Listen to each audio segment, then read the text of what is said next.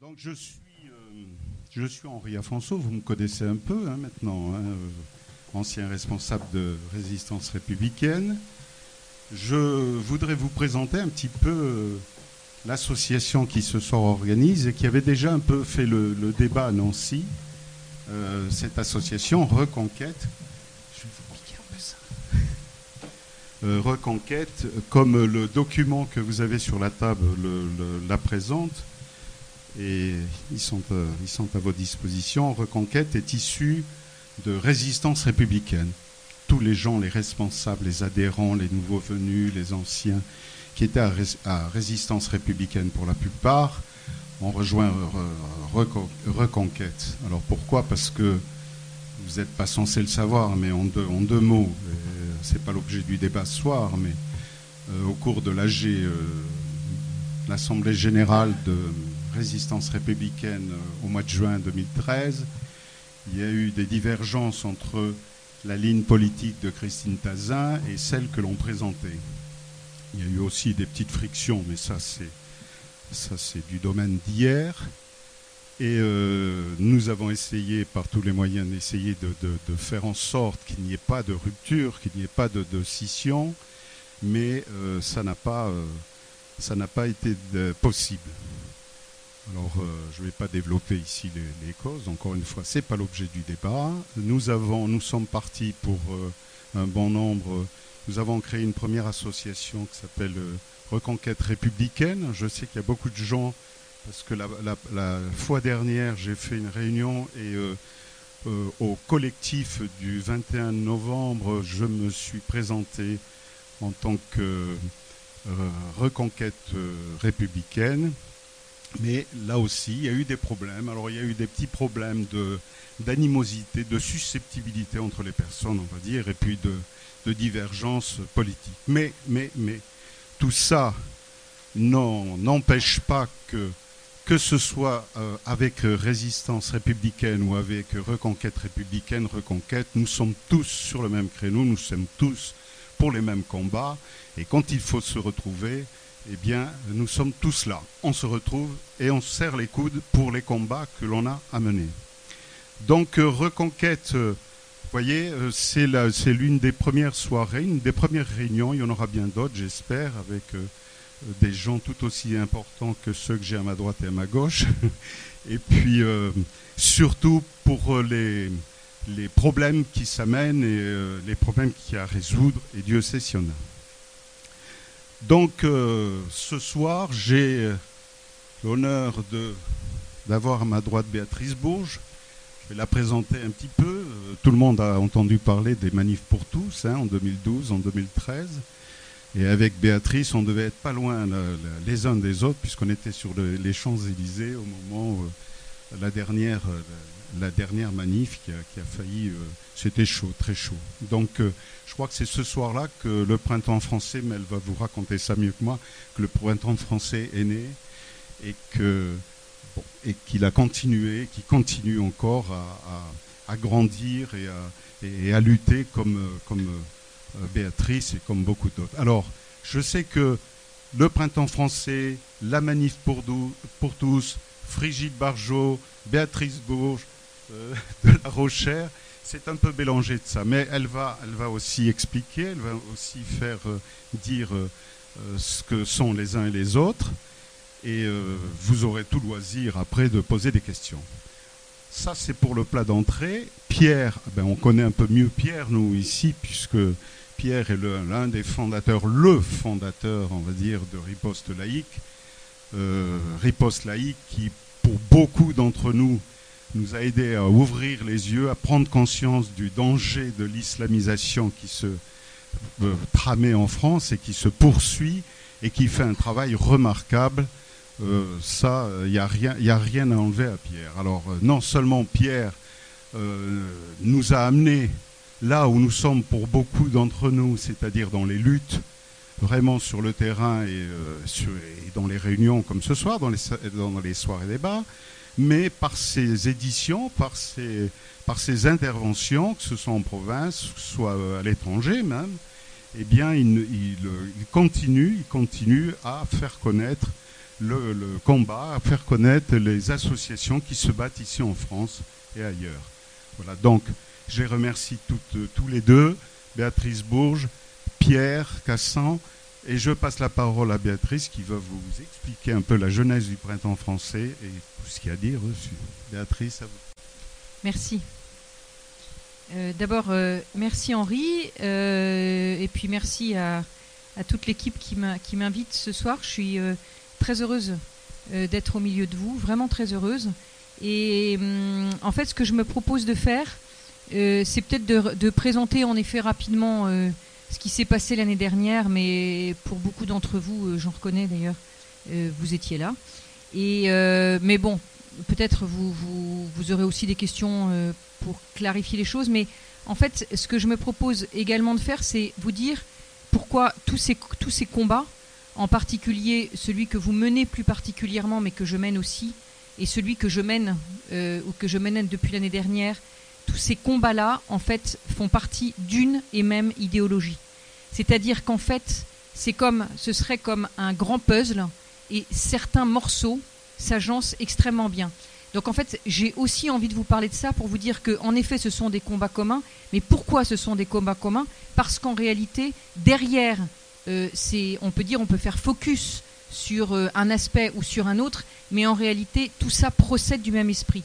Donc je pense que c'est vraiment important d'en avoir conscience. Après, on peut être d'accord plus ou moins sur certains aspects, mais ma conviction, en tout cas, après vous n'êtes évidemment pas obligé de la partager, mais ma conviction, c'est que tout ça procède précisément de la même idéologie, et je crois important d'en avoir conscience. Alors, juste pour rappeler rapidement, parce qu'en fait Henri disait peut-être que entre Manif pour tous, Printemps français, tout ça, alors je ne sais pas si c'est important ou pas d'ailleurs de le clarifier. En gros, pourquoi moi je suis rentrée dans ce combat? Parce que ça fait longtemps d'ailleurs, j'ai écrit un premier livre qui s'appelle L'homoparentalité en question et l'enfant dans tout ça, en 2008, et un deuxième qui s'appelle De la théorie du genre au mariage de même sexe en 2013, là, janvier 2013. Donc il y a juste un an, parce qu'il y a 8 ou 9 ans, quand j'ai démarré, c'est pas tellement le mariage ou l'union de deux personnes de même sexe, mais j'avais déjà senti qu'on était dans cette idéologie, en particulier en ce qui concernait le gender, et qu'en fait, ce qu'on a appelé ensuite la loi Taubira, le mariage pour tous, n'était que l'arbre qui cachait la forêt. Donc moi, ce qui m'intéressait, en fait, c'est la forêt. C'était l'arbre, certes, parce que c'était l'arbre, c'était ce qu'il y avait de visible, mais sur cette volonté de créer finalement un individu hors sol et hors sexe, déconnecté de la réalité. Voilà. Donc quand l'année dernière, d'ailleurs, je vais tout vous dire, quand ce combat a démarré, et en fait j'en étais à l'origine avec, de par l'antériorité d'ailleurs, avec Frigide Barjot et quelques autres, et que elle disait que on voulait lutter contre l'homophobie. En réalité, j'étais pas d'accord, non pas parce que je trouvais que lutter contre l'homophobie ou être, parce que d'abord je me sentais pas homophobe et que je veux très bien pourquoi je m'excuserais d'être contre le mariage pour tous et contre la théorie du genre, et sans pour autant être contre les personnes homosexuelles. Donc en fait, pour moi, c'était absolument pas le sujet. Et en fait, ça se vérifie, ça n'était pas le sujet. De savoir si on est homosexuel ou hétérosexuel, c'est pas le sujet. Cette affaire n'était pas une question d'orientation sexuelle, mais d'altérité, c'est-à-dire d'identité. Donc en fait, ça n'avait absolument rien à voir, à mon sens. Donc je disais, à la limite, qui s'excuse s'accuse. Pourquoi est-ce que je serais obligée de justifier que j'aime bien les personnes homosexuelles? Oui, j'aime bien les personnes homosexuelles, et alors j'ai pas besoin de le justifier. C'était pas le problème. Le problème, c'était pas une question d'orientation sexuelle. Et je pense que quand on a démarré comme ça sur ce sujet, c'était tout de suite presque heurtant pour les personnes homosexuelles de se dire, bah oui, mais donc ça veut dire que ça cache quelque chose. Moi, j'avais rien à cacher. Je suis pas homophobe, donc j'ai pas besoin de dire que je le suis pas, puisque je le suis pas. Voilà. Je vous dis ça, ça peut vous paraître comme ça accessoire, mais en réalité pour moi ça ne l'est pas, parce que c'est comme ça que ça va me permettre de vous dire quelle est l'idéologie qui, à mon sens, est derrière. Donc, encore une fois, l'idéologie, c'est pas ça touche même pas ni l'homosexualité ni l'hétérosexualité, ça touche pas l'orientation sexuelle, ça touche quelque chose qui est beaucoup, beaucoup plus vaste et qui est cette volonté actuellement de faire des hommes et des femmes, des personnes humaines hors sol et hors sexe.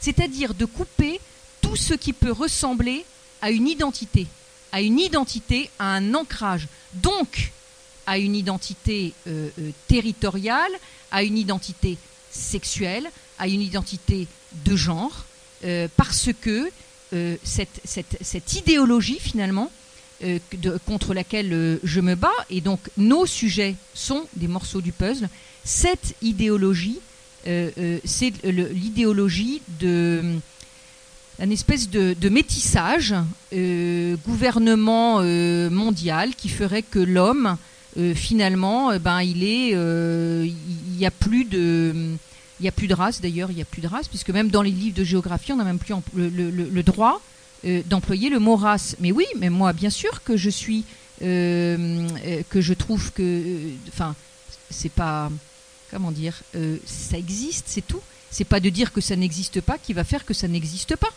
Et au contraire, on doit en être fier.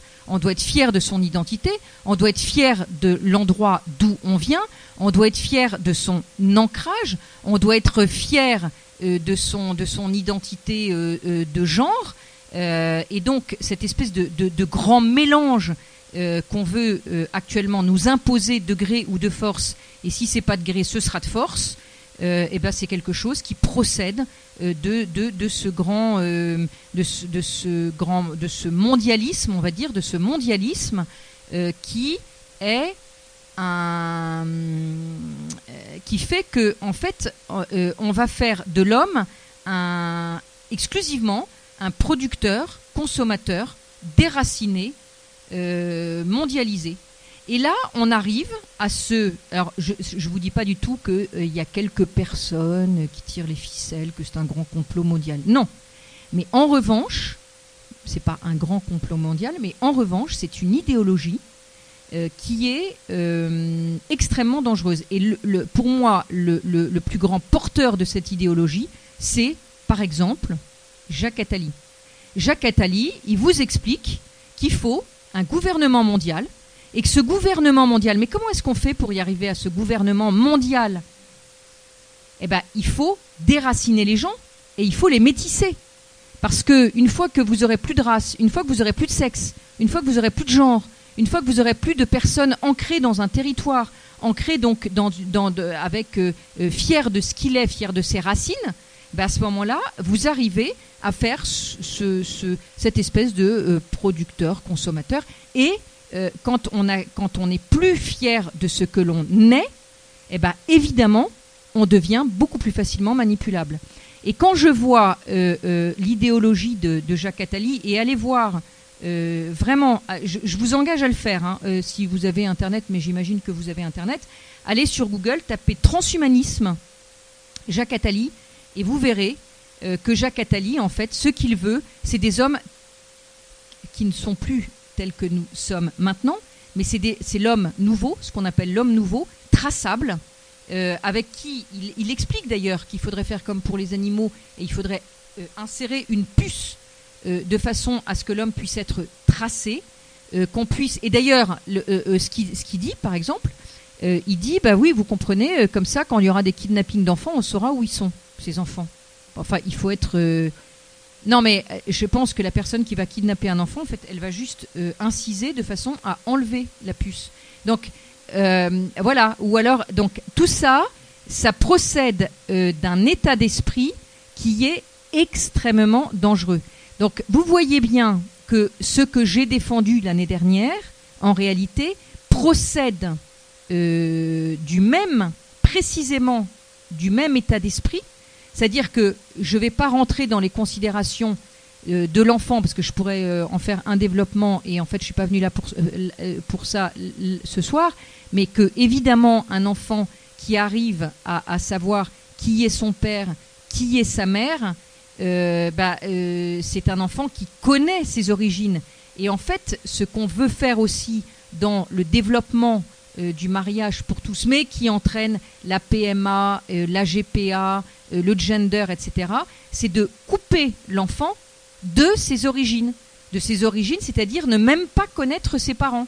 Parce que s'il y a une mère porteuse, donc la gestation pour autrui, la mère porteuse, eh ben, en fait, on va couper l'enfant de ses origines biologiques.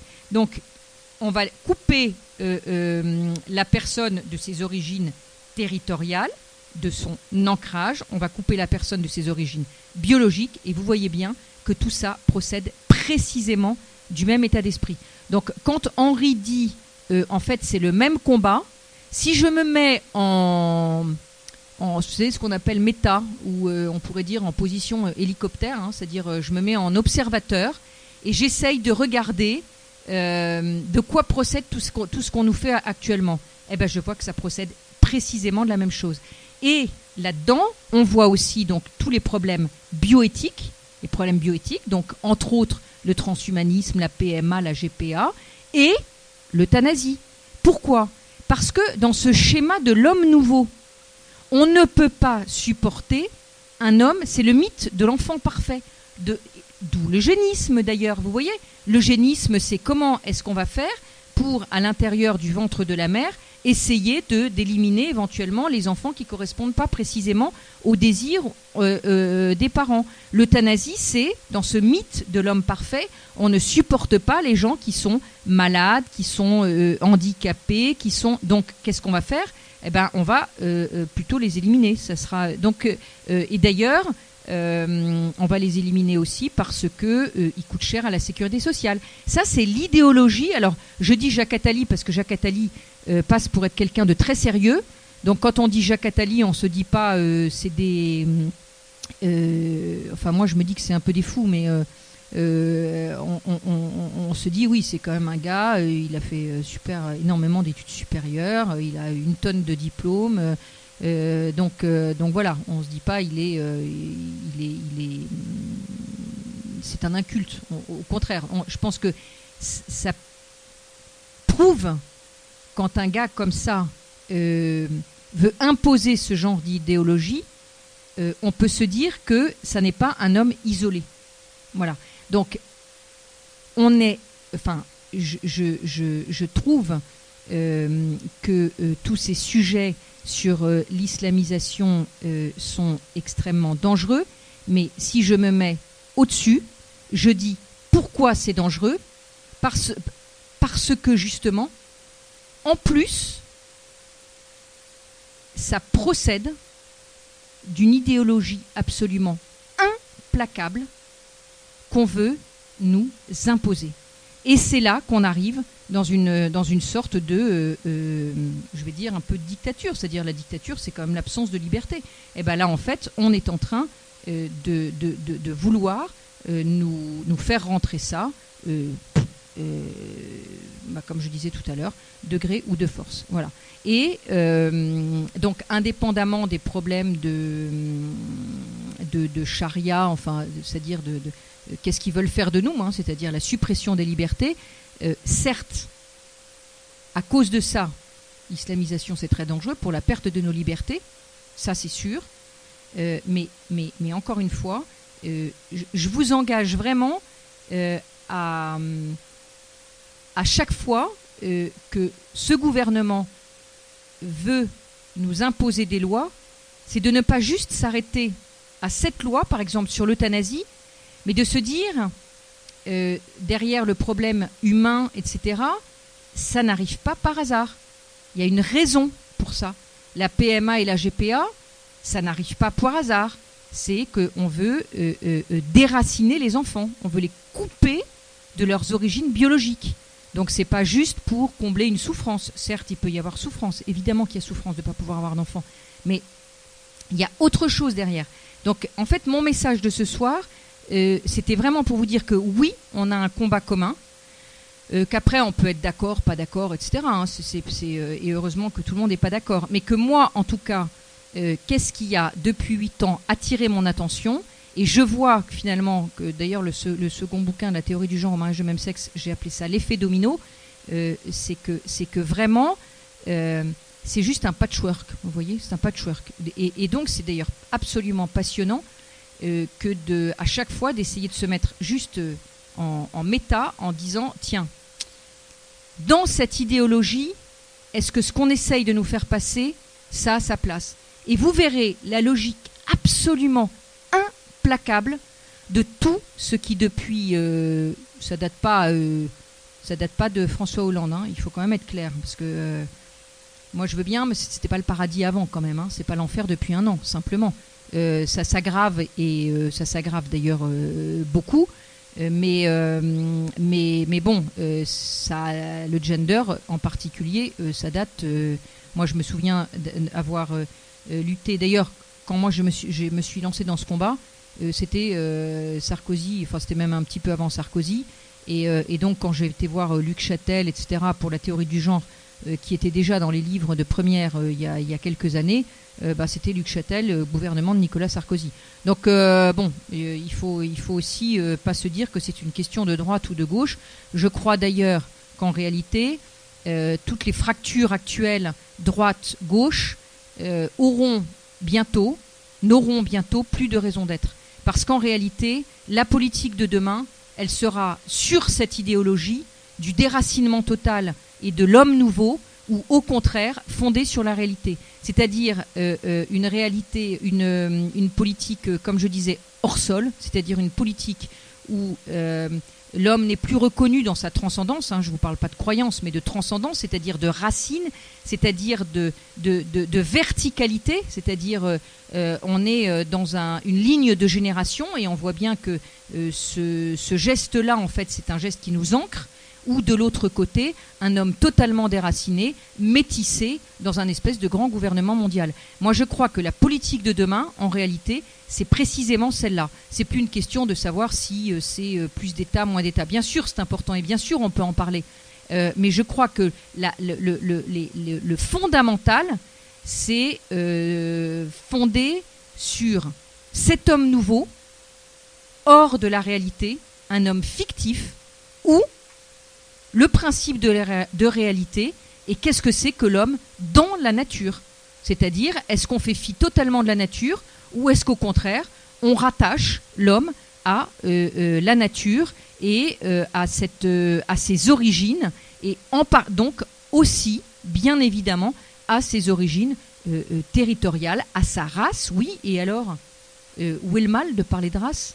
Oui, moi je dis pas qu'il y a une race qui est plus, qui est moins, je dis qu'il y en a des différentes, et c'est très bien.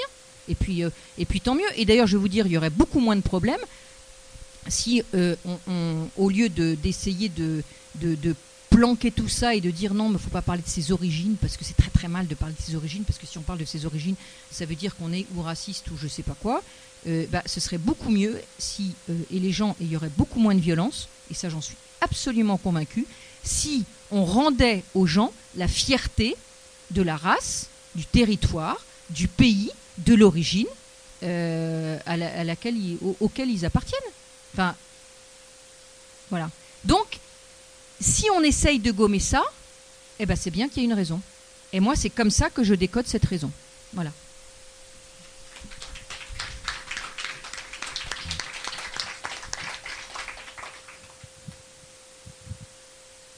C'est à moi, donc.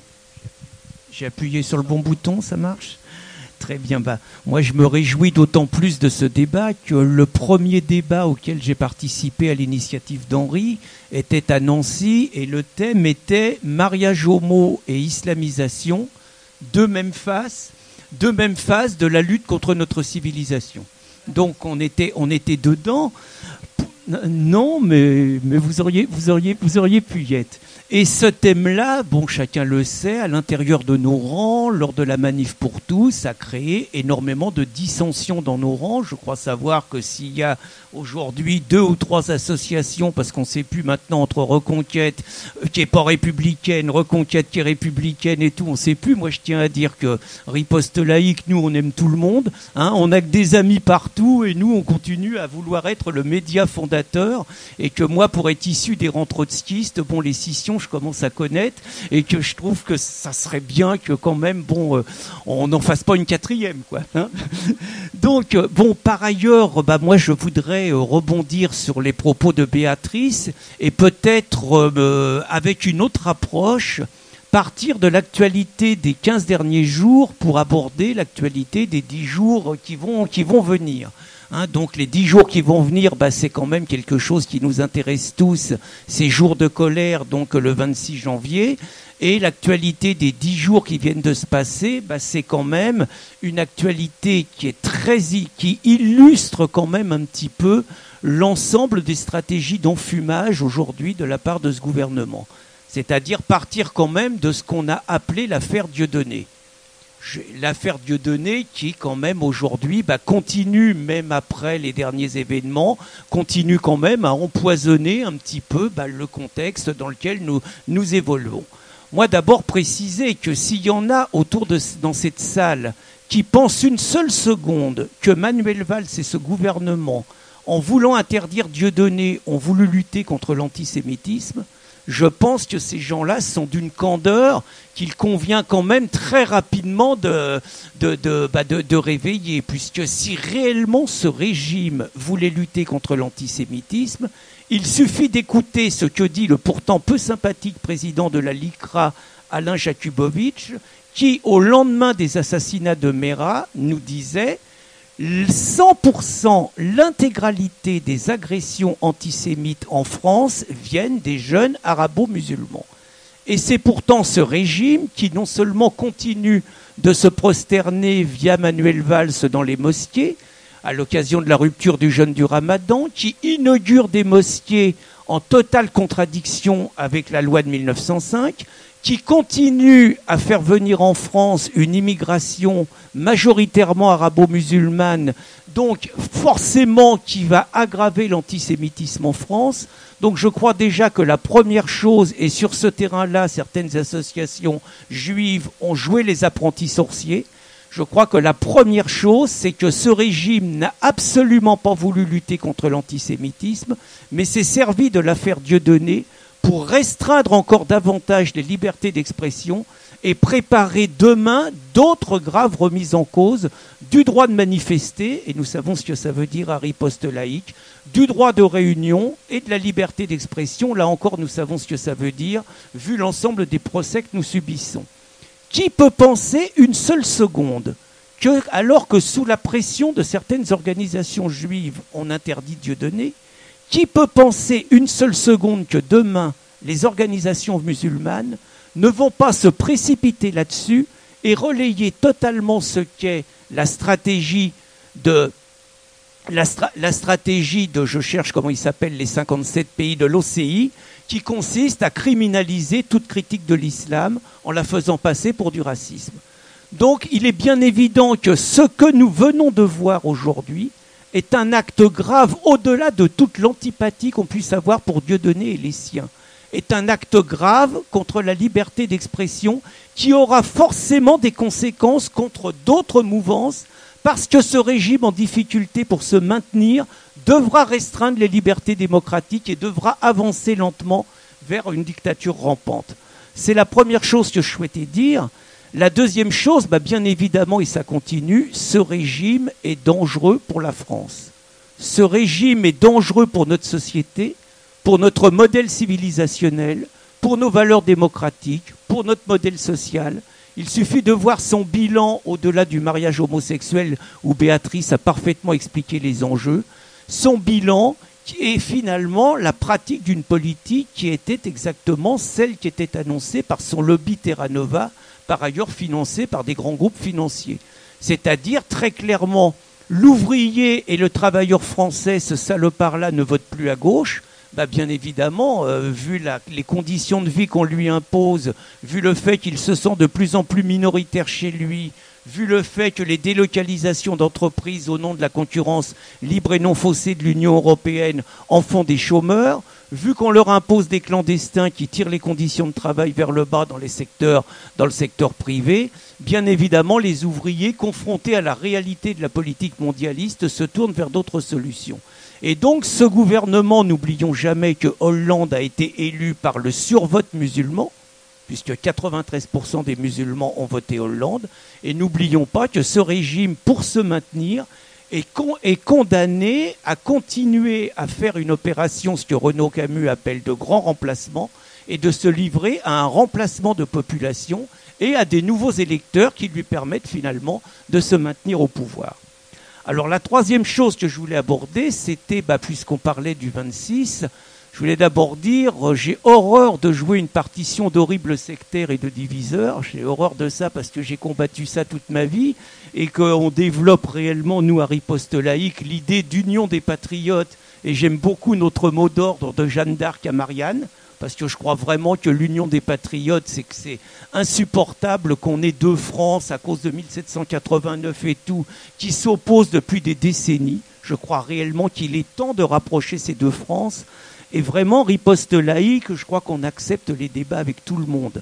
Nous, on débat avec les curés, on débat avec les francs-maçons, on débat avec les francs-maçons juifs, on débat avec Annie Ramadan, on débat avec Résistance républicaine, on débat avec Reconquête républicaine, on débat avec Serge Ayoub. Je crois vraiment que, moi j'ai été débattre avec Annie Ramadan en Suisse, je crois vraiment qu'il est difficile de nous qualifier de sectaires. Et pourtant, j'avoue, moi, par rapport à ce qui se présente le 26, et c'est pour ça qu'il y a un intérêt d'approfondir cette discussion en toute transparence et en toute amitié avec Béatrice. Moi, je vous avoue être gêné par d'abord l'annonce du ralliement de Dieudonné à jour de colère. Donc Dieudonné et tous ses soutiens, puisqu'on voit aujourd'hui Égalité et Réconciliation, donc d'Alain Soral, qui ont l'air de se mettre énormément en avant dans ce rassemblement. J'avoue me sentir mal à l'aise parce que pour moi, la construction de la résistance, ça ne peut pas se faire avec des gens qui ne sont pas du côté de la France, mais qui sont du côté justement d'une politique de grand remplacement. Et donc moi, j'avoue d'autre part être vraiment gêné. Pour moi, toutes les colères ne peuvent pas s'additionner. Toutes les colères ne peuvent pas s'additionner parce qu'il y a des hiérarchies. L'essentiel, Béatrice en parlait, c'est la défense de notre civilisation. C'est la défense de la France. C'est la lutte contre le grand remplacement. C'est la lutte contre le changement de civilisation. C'est la lutte contre l'ensauvagement de la France, ce qu'appelait Laurent Berton, nos compatriotes agressés quotidiennement, 3 poignardés le jour de la Saint-Sylvestre, dans le grand silence. Et puis c'est la lutte contre l'islamisation de la France. L'islamisation de la France qui est quand même, je ne voudrais pas paraître monomaniaque, mais y compris quand même un philosophe qu'on ne peut pas qualifier d'être sur nos positions, Michel Onfray.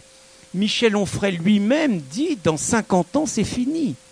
Dans 50 ans, avec la logique démographique, c'est terminé. Dans 50 ans, la France est islamisée. Dans 50 ans, l'Europe est islamisée. Et je pense que c'est quand même beaucoup plus important que les programmes scolaires, y compris que la fiscalité et tout, et que là, dans la construction de la résistance, on a quelque chose, vraiment des choses claires à dire. Moi, je ne peux pas envisager, je le dis en toute amitié, je ne peux pas envisager de manifester avec des supporters de Soral ou des supporters de Dieudonné qui vont, eux, vous dire que le problème n'est pas l'islamisation de la France, mais que le problème, c'est les juifs, ces salopards de juifs qui nous infusent les musulmans en France, et donc qu'il ne faut pas lutter contre les islamos, mais qu'il faut lutter contre les juifs. Je ne peux pas manifester avec quelqu'un comme Dieudonné, qui est un immigrationniste, qui est quelqu'un qui crache sur le passé de la France et qui, tel une Taubira, continue à réclamer repentance et excuse à la France. Pour moi, la construction de la résistance, ça doit se faire sur des bases très claires. Et encore une fois, j'essaye de ne pas être sectaire en disant ça.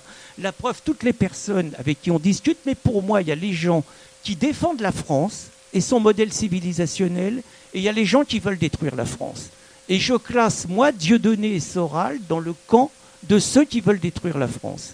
Et donc, et je terminerai là-dessus parce que ça permettra justement de lancer un petit débat, je pense que là, nous avons besoin d'une clarification. Moi, je sais par exemple qu'à Riposte Laïque, c'est partagé. Hein. Les gens chez nous disent d'un côté, il y a une énorme envie d'en découdre contre ce gouvernement, exactement pour les raisons que Béatrice a évoquées et celles que j'ai complétées.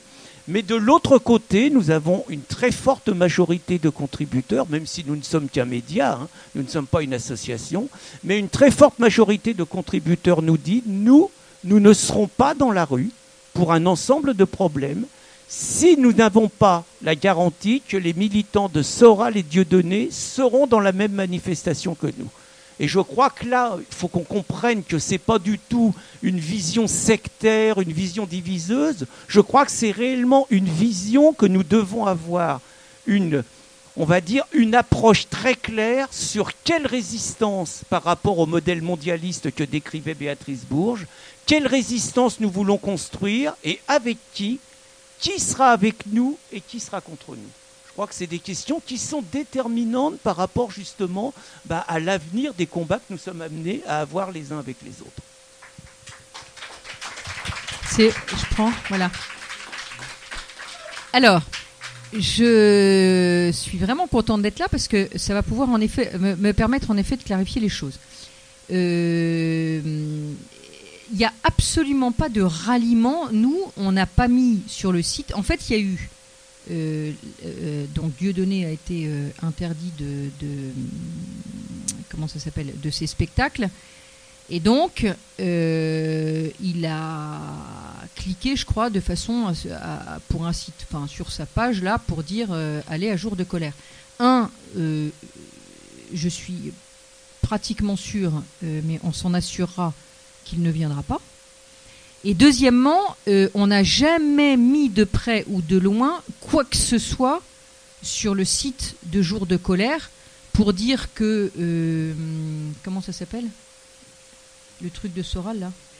Voilà, pardon, c'est vous dire, comme je suis super au courant. Égalité, réconciliation ou Dieudonné ou autre n'ont absolument pas rallié. Maintenant, il y a...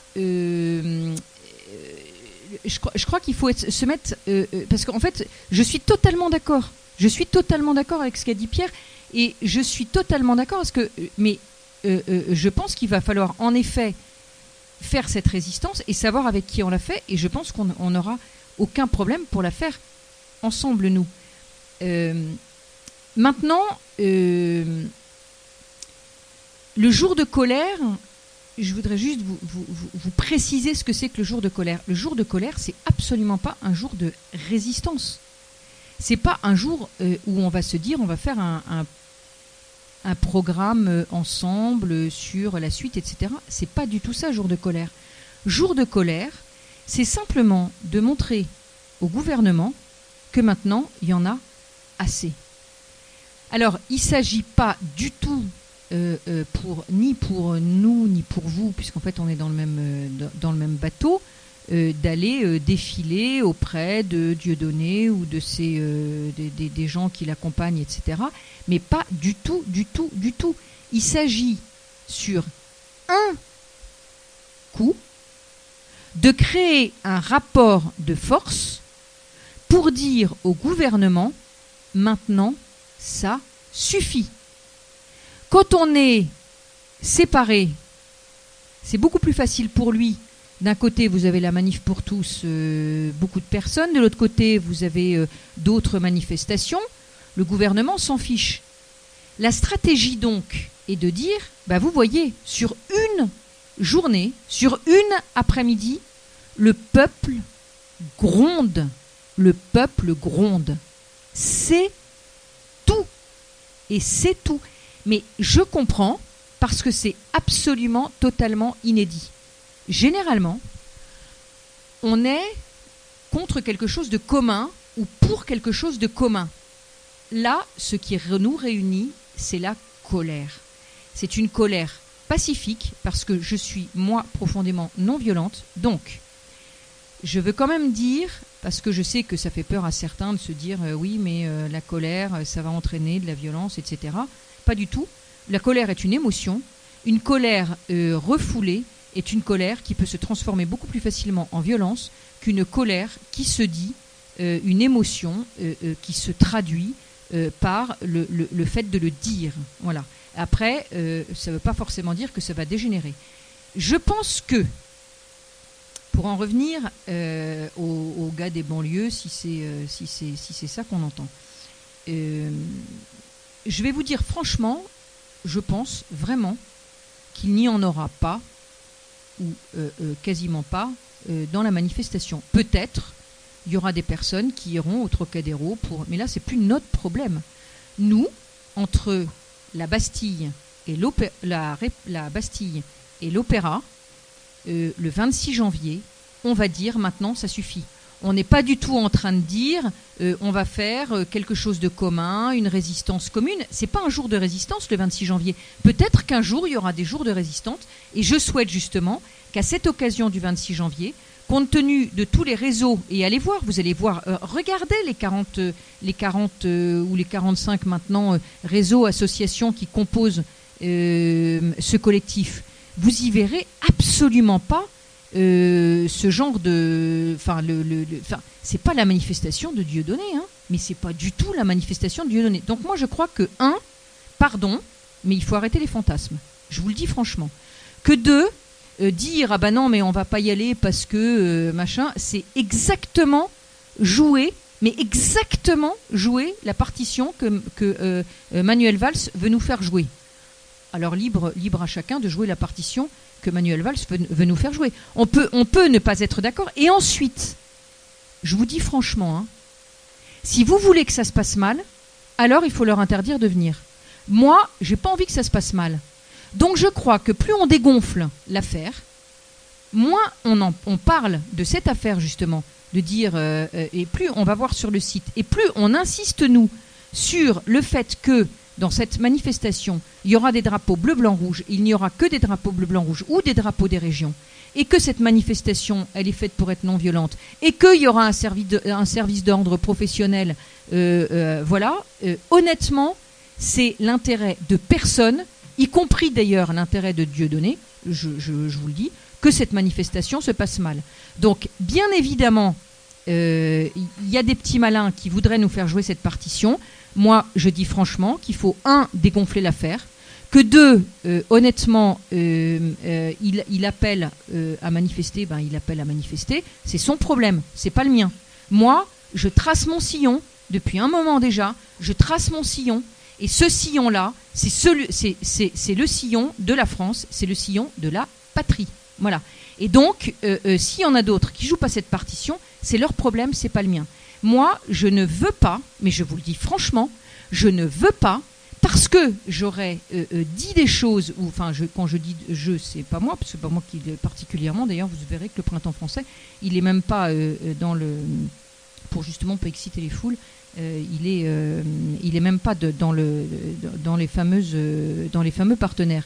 Mais je ne veux pas, et je vous le dis, hein, je ne veux pas donner plus d'importance à cette affaire, et moins on en donnera, moins on aura des personnes qui viendront, plus on trace notre route, on trace notre sillon, on sait quelle est notre résistance et celle qu'on va constituer et créer avec les gens qui seront là et qui seront des patriotes. Si les autres sont pas des patriotes et s'il y a des violences, c'est pas mon problème, c'est celui de Manuel Valls. Et s'il y en a qui veulent détruire le Trocadéro, ils vont détruire le Trocadéro, c'est pas mon problème. Mais moi, honnêtement, on ne me fera pas jouer une partition et je ne rentrerai pas dans le jeu de Manuel Valls, qui est bien trop content de voir des choses comme on a pu lire ces derniers temps et d'exacerber.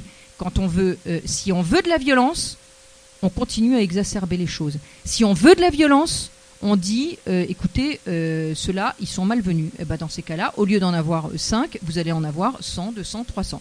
Moi, je suis désolée, c'est pas ce que je veux. Moi, encore une fois, c'est pas un jour de résistance, c'est un jour de colère.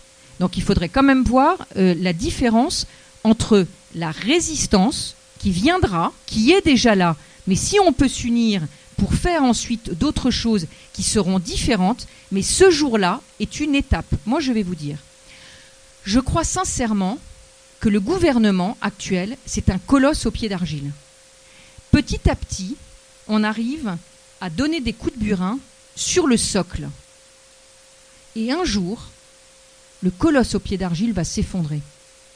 Eh bien, le 26 janvier, c'est juste. Et s'il vous plaît, comprenez-le bien, c'est juste un coup de plus. Je ne suis pas sûr que le 27, malheureusement, je pense que le 27, le gouvernement sera encore là. En revanche, Ce dont j'ai envie, c'est qu'il soit encore un petit peu plus fragilisé. Donc ne faisons pas de fantasmes sur cette journée, venons avec nos colères, dire quelles sont nos colères pour fragiliser un petit peu plus le gouvernement. C'est tout, mais c'est déjà énorme.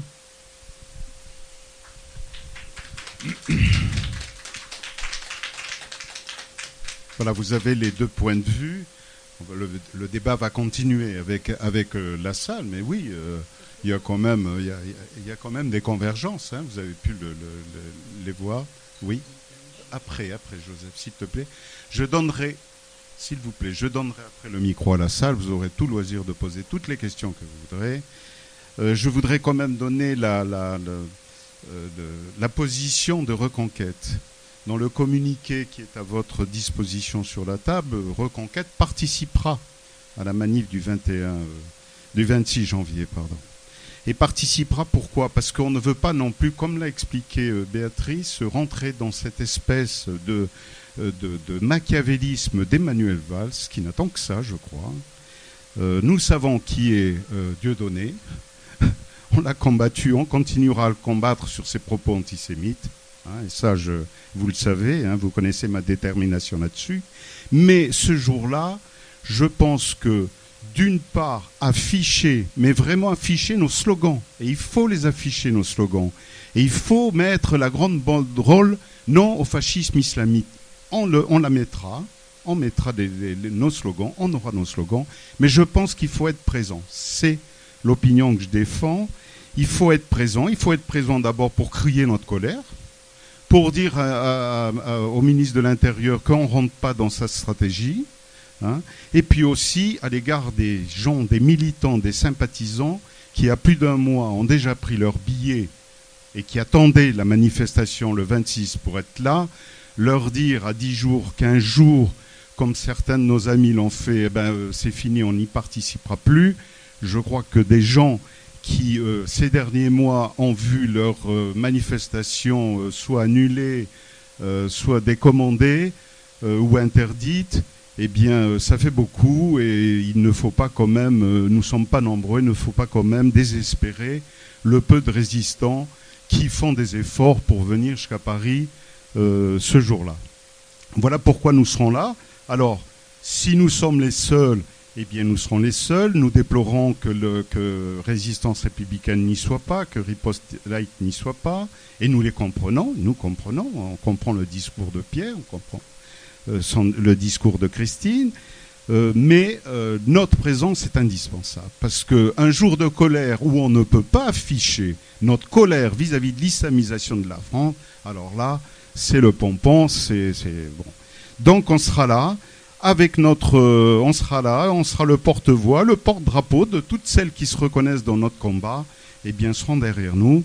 Et j'espère qu'on sera nombreux à crier notre colère. Voilà. Merci. On passe le micro à la salle. Bon, ben voilà. Je vais prendre les interventions. Je crois que Michel voulait intervenir. Qui est-ce qui veut prendre le micro, là, le baladeur, pour aller porter Gérard, tu veux te proposer, s'il te plaît ou Alors, je prends les interventions. S'il vous plaît, ne parlez pas tous en même temps. Vous allez tous parler. Michel en premier. Michel en premier, parce que je crois qu'il doit aussi partir. Joseph en second. Je note. Attends, Michel, 2 secondes, s'il te plaît. Joseph. Qui a monsieur Gérard. Ah oui, Gérard. Arnaud. Agnès, qui voulait parler aussi. Agnès en dernier. Et puis il y a Xavier, je crois. Hein, oui, Xavier. Alors, je vais vous demander, pour la clarté des débats et pour que tout le monde puisse parler, intervenir, soyez courts dans vos interventions, ne faites pas de grands discours, pour qu'on ait le maximum de réponses et puis surtout que tout le monde puisse poser ses questions. Michel, je te passe le micro. Oui, tout d'abord, Madame Bourges, je voudrais rendre hommage à votre candeur, qui est sympathique par les temps qui courent. Bon, politiquement, elle est inefficace, mais enfin, un peu de fraîcheur, c'est pas désagréable. Je pense que Dieudonné sera là. Je pense que les troupes de banlieue de Soral et de Dieudonné seront là. Et je pense qu'on ne verra à la télévision que cela, parce que ce qui arrange Manuel Valls, ce qui arrange le gouvernement, c'est qu'effectivement, désormais, Dieudonné va brouillardiser tous les messages, notamment les messages de ceux qui, comme nous, défendons la France.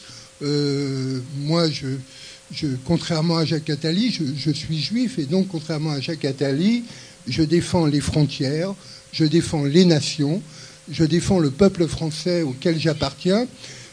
Donc, je crois que c'est une vraie question, et je suis étonné que les associations qui organisent ce genre de colère n'aient pas fait un petit communiqué disant que M. Dieudonné, M. Soral et ses amis ne seront pas les bienvenus. Voilà. Alors, pardon. Oui, la réponse tout de suite. Non, mais la réponse tout de suite, parce que, en fait, je comprends que vous ayez besoin d'exprimer ça, mais en fait, franchement, j'ai répondu à votre question avant même que vous la posiez. C'est-à-dire que si on veut que Soral, Dieudonné et les autres viennent, il faut leur dire de ne pas venir. Vous savez très bien qu'ils sont incontrôlables. Donc si vous leur demandez de pas... Enfin, je sais, à moins que vous ayez finalement, vous vous disiez, bah, s'ils étaient là, c'est pas plus mal. Mais vous savez très bien, si vous êtes de bonne foi, et pardon, parce que merci de parler de ma candeur, c'est-à-dire de ma bêtise. Non, vous l'avez pas... Non, mais je plaisante. On peut quand même avoir un peu d'humour. Merci beaucoup. C'est gentil.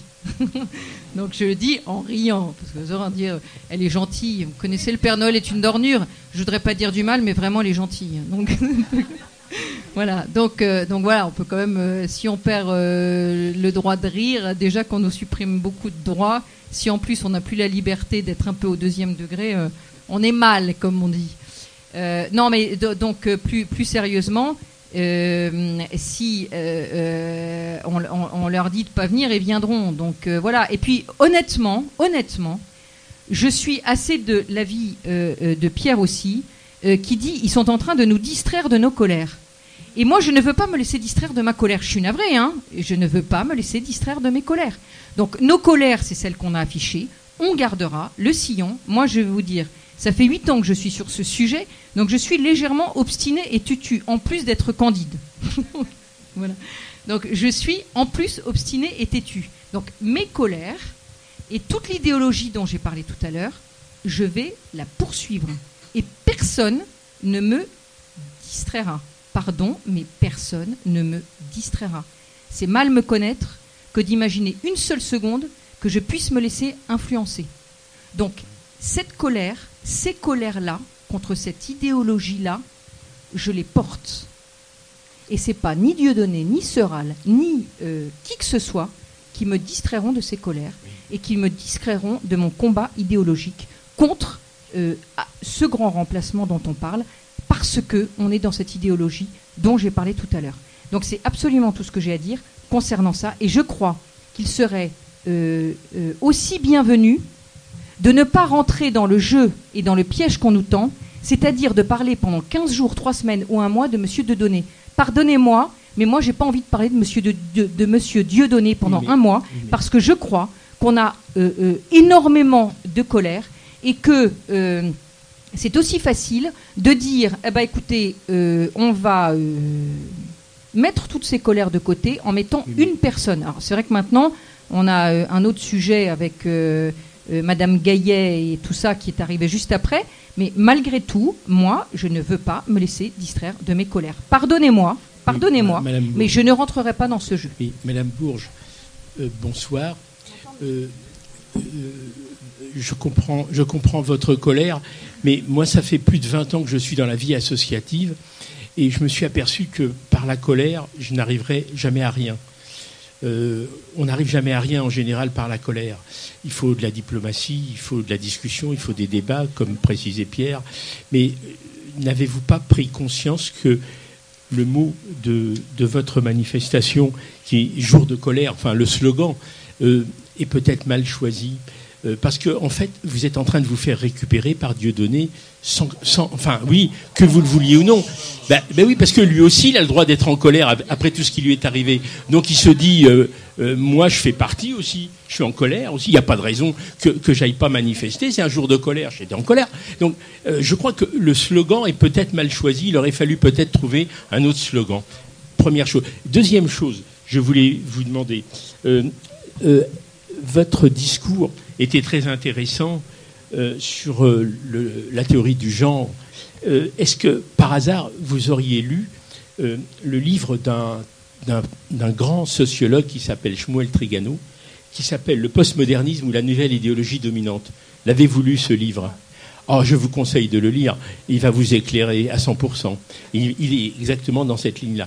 Par ailleurs, ce soir, je suis arrivé un petit peu en retard, il y avait une manifestation à la Bastille organisée par les filles et fils de déportés contre Dieudonné, justement, contre l'antisémitisme. J'aurais aimé que des personnes qui sont présentes dans la salle ou ailleurs assistent à cette manifestation pour soutenir justement ces personnes qui se battent contre l'antisémitisme, contre Dieudonné. Voilà. Je redonne la parole à la salle. Gérard. Qui est Gérard? Soyez court dans vos interventions. Oui, je vais essayer d'être court, Monsieur le Président. D'abord pour vous dire que vous ne serez pas tout seul, puisque je représente à la fois la Révolution bleue et le comité de l'Épante de soutien donc de la manifestation du 26 janvier, et nous y serons. Et je ne suis pas tout à fait d'accord avec l'analyse de Pierre. Et je vais expliquer pourquoi très brièvement. Et je crois que déjà Béatrice Bourges l'avait en partie indiqué. Nous sommes tous ici, nous sommes en lutte contre l'islamisation et le grand remplacement. C'est ce qui nous réunit, c'est notre combat depuis des années. Bon, maintenant il faut rechercher la cause de cette situation. Et la cause, c'est ce gouvernement, ou plus exactement, c'est le système. Un système, et si vous en doutez, il suffit de voir leur cahier de l'intégration. C'est-à-dire qu'il y a bien de la part de ce système la volonté de nous remplacer. Et face à cela, la première démarche, c'est de s'attaquer à la cause. C'est donc de s'attaquer au gouvernement. Et comme le disait très bien Béatrice Bourges, c'est l'occasion de donner un premier coup de burin. C'est l'occasion de faire tomber ce système. Alors, on dit, ah mais oui, mais c'est ennuyeux parce qu'il y a des gens qui seront avec nous, mais on ne veut pas du tout les voir. Mais la Pierre, il faut raisonner d'une manière historique, d'une manière dialectique et politique. Est-ce que les bourgeois qui ont fait la révolution en 89, ils étaient contents d'avoir avec eux des sans-culottes ou des communistes comme les babouvistes ? Ils ont fait la révolution ensemble au début. Il faut bien des trous. Puis dans un deuxième temps, ils les ont éliminés. Et qu'est-ce qu'a fait Lénine ? C'est la même chose. Il a bien fait la révolution avec les mencheviks. Et puis dans un deuxième temps, il les a éliminés. Donc on va faire, j'espère, par coups successifs, tomber ce gouvernement. Et quand ensuite, ceux que vous n'aimez pas et que je n'aime pas non plus, bien évidemment, ceux-là, on s'en occupera dans un deuxième temps. Mais chaque chose en son temps.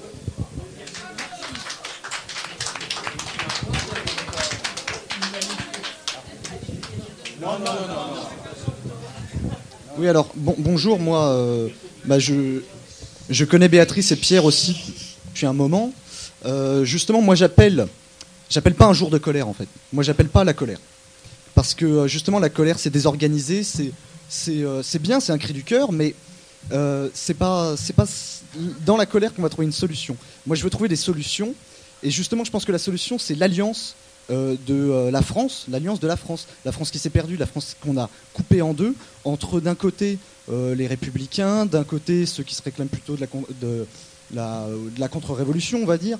Et c'est ces Français-là, parce qu'ils ont quand même, malgré cette opposition, un fond, ils gardent la notion de peuple, vous l'aviez, et on se bat contre un système mondialiste qui importe une idéologie mortifère qui est l'islam, et ça, c'est pas simplement en essayant de viser le mondialisme qu'on ne va pas se débarrasser déjà du problème de l'islam qui est présent. Donc moi, ce jour de colère, c'est pas un jour de colère, c'est un jour de résistance. Donc si c'est un jour de colère et que tout le monde peut venir, c'est-à-dire les nazis vont aussi venir crier leur colère, Act Up va venir crier sa colère parce qu'il y a aussi trop d'homophobie en France. Mais alors dans ce cas, on accepte tout le monde. Mais alors moi, je viendrai pas et j'appelle tout le monde, alors à ma petite échelle, à pas venir à ce jour de colère parce que pour moi, c'est un jour de résistance. Alors, pardon. Et moi, ça me paraît très simple, c'est-à-dire que Dieudonné viendra et Soral aussi parce qu'ils seront renforcés de cette OPA avec leur influence. Et si on fait preuve de faiblesse à les inviter quasiment, ou en tout cas à ne pas s'opposer à eux, ils prendront ça comme une invitation. Et si on précise justement qu'on ne veut pas se battre avec eux, on ne veut pas qu'ils aient la même colère que nous, eh bien dans ce cas, peut-être que ça se passera mal, mais ce sera un moindre mal que l'invitation d'égalité et réconciliation. Alors, je voudrais juste vous demander si vous avez lu, si vous êtes allé sur le site, si vous avez vu les associations et si vous avez vu le manifeste, ce qui est écrit dedans, les textes qui y sont. Et là, évidemment, vous ne pouvez que vous dire que, et c'est bien dit, et ce sera dit encore dans les 10 jours qui vont venir, que ne sont pas bien venus, mais en même temps, je vais peut-être pas les mettre en prison, maintenant. D'accord ? Vous faites quoi ? Mais bien sûr que si, c'est la question. Quand ce qui est sur le site, tout, et c'est dit, et c'est redit, que ceux qui ne sont pas patriotes, qui n'aiment pas le drapeau français, et qui sont violents, sont malvenus. Et non seulement ils sont malvenus, mais le service d'ordre va s'occuper d'eux. D'accord ? Le service d'ordre... Mais il y aura ni... Mais arrêtez avec vos fantasmes. Mais arrêtez avec vos fantasmes. Vous l'avez invité ? Vous les avez invités, Soral et Dieudonné ? Ah ben moi non plus, ça tombe bien. Mais ça tombe bien. Moi non plus, je ne les ai pas invités. Et personne ne les a invités. Donc arrêtez avec vos fantasmes. Il n'y aura pas Soral et Dieudonné. Arrêtez. Sauf si vous les appelez... Et vous n'appelez qu'à ça, et vous ne parlez que de ça pendant 15 jours. Mais auquel cas, c'est pas moi qui les aurais invités. C'est vous qui en serez responsable. Mais je tiens à vous le dire. Je tiens à vous le dire. Parce que si vous continuez à les exciter de cette façon, évidemment que vous les appelez à venir. Donc moi, je vous engage, vraiment, je vous engage à faire preuve de diplomatie et de stratégie. Voilà. Exactement, à faire preuve de diplomatie et de stratégie. Et quand on dit, voilà, non mais, oui, pas de candeur. Non mais je crois qu'il faut faire extrêmement attention. Et que d'exciter comme ça et de ne parler que de ça, enfin je suis désolée, mais ce jour, ça n'est pas leur jour, c'est le jour des différentes colères. Mais moi, je vais vous dire franchement, que je trouve extraordinaire que depuis 15 jours, on ne parle que de ça. Je vous le dis franchement. Il n'y a pas que cette colère. Hein. Est-ce que vous avez quand même compris que ce n'était pas le jour de cette colère exclusivement ? Il y a plein de colères. Mais ceux qui sont bienvenus, ce sont ceux qui expriment des colères avec le drapeau bleu-blanc-rouge, qui est notre drapeau, et sans violence. Voilà. Et là, c'est quand même assez explicite. Donc, je pense que ceux qui excitent, c'est pas facile peut-être à entendre ce que je dis, mais ceux qui excitent les foules en ne parlant que de ça, font exactement le jeu de ce que l'on ne souhaite pas. C'est tout. Si maintenant, on veut faire comme j'ai expliqué, que ce jour de colère, c'est un jour qui est fait pour faire vaciller le gouvernement, je pense que ça se comprend. C'est un jour qui est fait pour faire vaciller le gouvernement. Après, entre ceux qui sont contre cette idéologie et ce que je trouve d'extrêmement intéressant, mais il faut le voir au 2e degré, il ne faut pas voir le 26 comme une fin en soi. Le 26 est un moyen, ce sera un moyen parmi d'autres de faire vaciller un gouvernement. Donc comprenez qu'on est en train de créer un rapport de force, qu'on essaye d'augmenter le rapport de force. Après, c'est pas une manifestation juste sur un sujet. Parce que quand on fait des manifestations sur un sujet, il y a combien de personnes sur ce sujet-là ? Il y a combien de personnes ? Ça a marché jusqu'à maintenant? L'anti-islam, ça marche? Il y a combien? Non, mais attendez. Ça a marché le mariage homo, ok. Le mariage homo, c'était un mot d'ordre. L'anti-islam, il y avait combien de personnes quand il y a eu des manifestations anti-islam, il y avait combien de personnes? Donc on se rend bien compte que cette manifestation, elle n'est pas faite pour être une manifestation exclusivement anti-islam. C'est une colère parmi d'autres. Et parmi les autres colères, tous ceux qui sont bienvenus, c'est ceux qui sont drapeau français et c'est ceux qui sont non violents. C'est tout. Si vous voulez faire une colère exclusivement anti-islam, alors organisez une colère exclusivement anti-islam. Mais on n'aura peut-être pas autant de monde et on n'arrivera pas à faire vaciller le gouvernement. Donc c'est juste, je comprends ce que vous dites. On est forcément d'accord sur le fond. D'ailleurs, on est d'accord sur le fond. Maintenant, c'est une question de stratégie. Si vous voulez axer le truc sur l'anti-islam, ben dans ces cas-là, faites votre colère anti-islam ou votre résistance anti-islam à laquelle je participerai. Mais on n'aura pas le même nombre de personnes. Donc après, si vous voulez avoir une autre stratégie, ben, organisez autre chose avec une autre stratégie.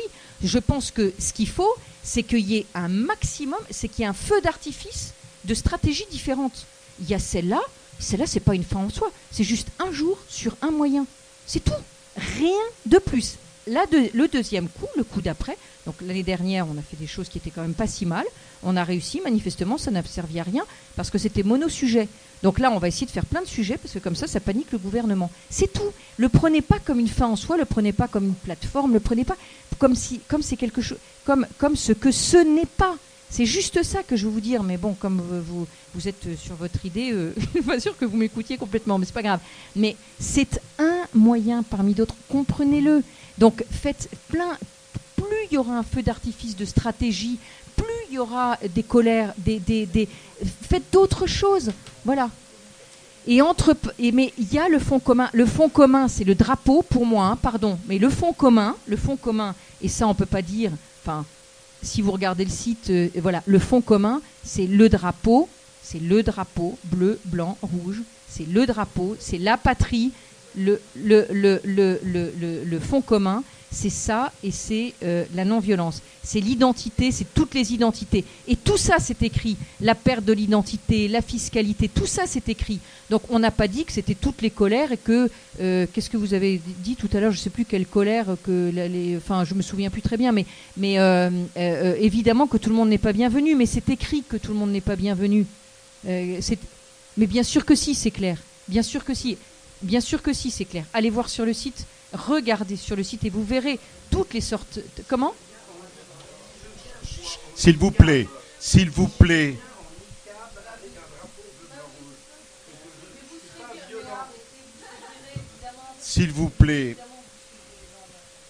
plaît, pour la bonne tenue des débats, je vous demande de ne pas intervenir. Posez vos questions, inscrivez-vous, et ce sera plus clair pour tout le monde.